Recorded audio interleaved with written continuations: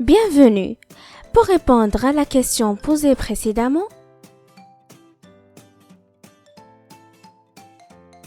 nous utiliserons la loupe pour obtenir des images agrandies et pour découvrir l'élément en commun entre ces êtres vivants. Mais on n'observe rien ici, ni ici. Donc, nous allons utiliser un autre outil. C'est le microscope.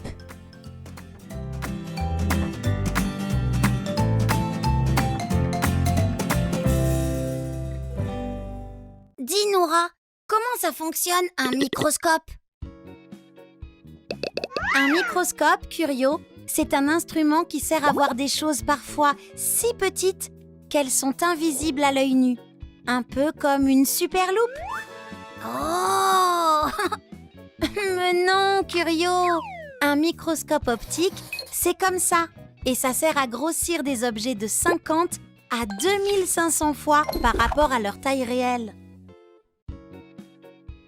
C'est très utile pour pouvoir observer des choses minuscules, bien plus petites que le millimètre, et même bien plus petites qu'un cheveu, comme des cellules humaines, des bactéries ou des acariens.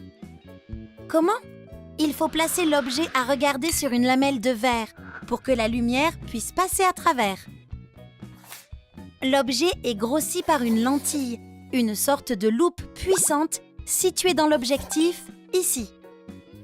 Quand on regarde à travers l'oculaire, une deuxième lentille grossit à nouveau l'image déjà grossie par l'objectif.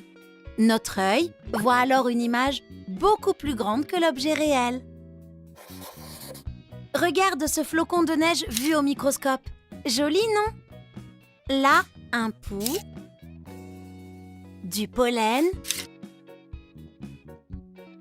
une aile de papillon, un cheveu, un muscle, de la poussière. Les microscopes électroniques peuvent, eux, grossir les objets 250 000 fois et affichent des images détaillées et en 3D sur des ordinateurs. Regarde là, c'est le virus de la grippe. Et là, des grains de pollen grossis des dizaines de milliers de fois.